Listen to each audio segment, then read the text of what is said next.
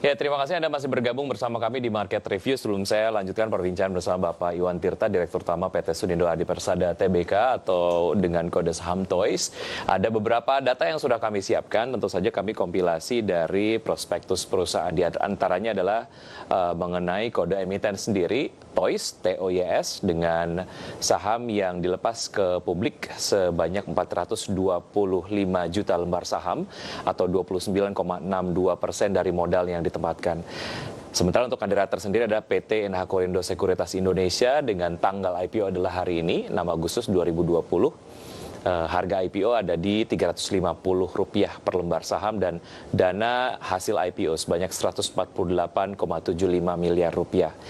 Sementara untuk penggunaan dana penawaran umum perdana saham, dana hasil IPO sebanyak Rp148,75 miliar. 100% akan digunakan untuk modal kerja perseroan seperti pembelian bahan baku, kemudian biaya produksi dan biaya operasional. Sementara untuk kepemilikan saham dari PT Sunindo Adi Persada Tbk sesudah IPO dapat Anda saksikan di layar televisi. Dan berikutnya adalah mengenai posisi aset, liabilitas, dan ekuitas dari PT Sunindo Adi Persada Tbk. Untuk aset sebanyak Rp226,040 miliar. Kemudian berikutnya adalah liabilitas 104 miliar atau 104,5 miliar rupiah. Dan untuk ekuitas 121,5 miliar rupiah.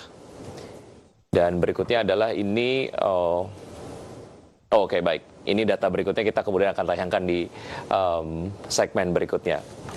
Baik, Pak Iwan, Anda tadi menyebutkan sebetulnya secara market ada perbedaan karakteristik dari market Amerika Serikat dan juga market Eropa, begitu ya. Nah, bagaimana sebetulnya untuk market Eropa sendiri, ini di cater secara baik juga dan menjadi sebuah market yang juga sangat penting untuk TOIS? Dari awal kami berdiri, memang market Eropa dan Eropa Timur itu merupakan porsi terbesar, Pak Wiki. Saat ini kira-kira sekitar 45% daripada ekspor kami itu kami lakukan untuk Eropa dan Eropa Timur. Memang seperti yang Bapak bilang benar bahwa karakternya untuk pasar Eropa itu sedikit berbeda. Mereka lebih high quality. Kemudian yang kedua, desain itu juga lebih klasik. Ya, warna lebih konservatif, ya. Oleh karena itu memang saat ini kita juga tetap menjadi primadona kita adalah Eropa, namun karena adanya perang dagang Amerika dan China, ini membuka peluang yang sangat besar bagi kita, bagi produsen Indonesia, khususnya Sunindo Adi Persada, karena dengan volume yang lebih besar, kita bisa membuat harga lebih efisien, ya, dan desain juga kita bisa mengikuti karena kita punya in-house designer, ya, sehingga mudah-mudahan dengan adanya IPO ini kita bisa tampil lebih besar lagi di negara Amerika. Bicara mengenai bagaimana sebetulnya TOIS sendiri memiliki optimisme yang sangat tinggi untuk kemudian melakukan ekspansi di pasar-pasar tadi, Pak Iwan. Jika kita bandingkan dengan karakteristik dari mainan-mainan yang diproduksi oleh China misalnya gitu, di market-market tadi, seperti apa ini daya saingnya dari mainan-mainan yang didistribusikan oleh TOIS ataupun diproduksi oleh TOIS? Ya, memang kalau lihat sejarahnya, Pak Wiki, di tahun 90-an itu, produsen mainan anak-anak khususnya Stuffed Toys itu beralih dari negara-negara Korea atau Eropa itu menuju Indonesia dulu. Jadi memang Indonesia ini merupakan salah satu basis Stuffed Toys di dunia. Kemudian pada tahun 2000-an memang banyak yang beralih ke negara Cina, di mana pada waktu itu negara Cina bisa memproduksi dengan harga yang lebih murah, namun dengan kualitas yang lebih rendah. Kami beruntung karena dari awal kami menerapkan kualitas yang tinggi, sehingga pada kurun waktu 2000 sampai dengan sekarang kami masih tetap bisa bertahan. Baik, ya. Untuk pasar Asia dan pasar domestik sendiri, seberapa maksimal ini juga digarap, Pak Iwan?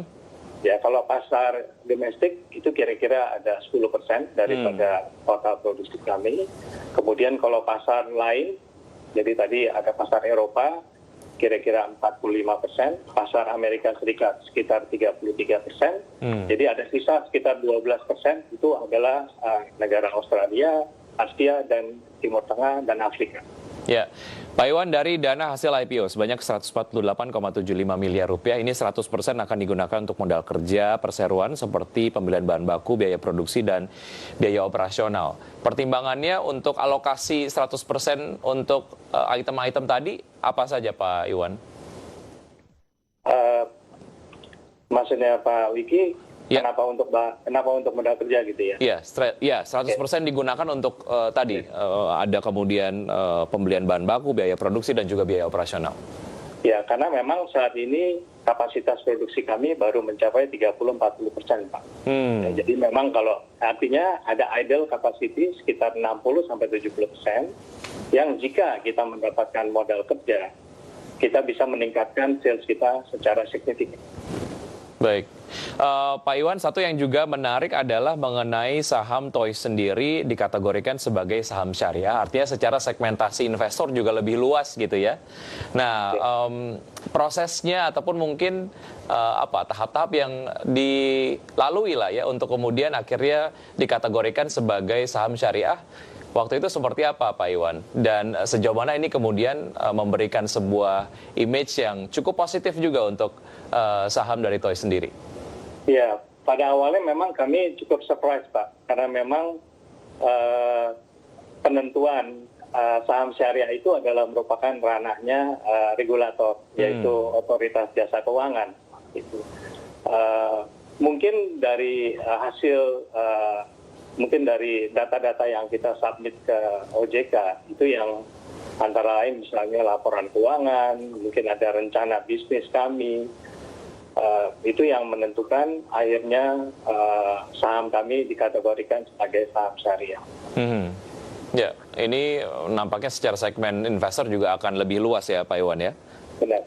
Baik, Pak Iwan, perseroan juga ini menerbitkan waran seri 1 sebanyak 170 juta lembar atau sebesar 16,83% dari modal ditempatkan dan penuh perseroan pada saat pendaftaran. Pertimbangannya apa Pak Iwan? Ya, memang kami juga menawarkan bagi investor pada saat IPO ini, itu adalah 40 warrant untuk setiap 100 lembar saham yang dibeli. Tujuan daripada warrant ini adalah sebagai sweetener, Pak. Yang nantinya bisa ditebus mulai 6 bulan dari hari ini dan berakhir 2 tahun dari hari ini. Dengan harga Rp880. Ya, seperti Anda tadi sampaikan, Pak Iwan, sebetulnya ada dari utility ataupun capacity dari produksi memang belum sampai 100%. Dengan harapannya IPO ini dapat membuat itu kemudian dapat bertambah dan menjadi 100% lah ya gitu. Dan dampak yang diharapkan dari itu apa Pak Iwan? Apakah misalnya ekspansi ke negara-negara lain secara market, atau misalnya secara quantity di market-market yang sudah existing, ini akan coba dipenuhi terlebih dahulu karena demand-nya terus naik? Iya, memang kalau dilihat ini industri khususnya soft toys ya Pak ya, memang data kami punya itu untuk misalnya contoh dari Amazon, itu yang mengejutkan adalah dalam masa pandemik ini, omset penjualan soft toys itu meningkat 450%. Jadi kita bisa bayangkan memang ternyata di dalam masa pandemik ini ada produk-produk khususnya mainan anak itu yang malah meningkat gitu. Oleh karena itu memang saya rasa saatnya sangat tepat bagi Sunindo Adi Persada untuk melakukan IPO pada saat ini. Karena memang kapasitas kita masih ada idle kira-kira sekitar 60-70%. Baik, ya. Dan ini menjadi sebuah momentum yang bisa dimanfaatkan secara maksimal dan momennya pas begitu ya Pak Iwan ya. Baik, Pak Iwan, kita masih ada satu segmen, kita akan lanjutkan usai jeda berikut ini dan pemirsa tetap di Market Review, usai jeda kami akan segera kembali.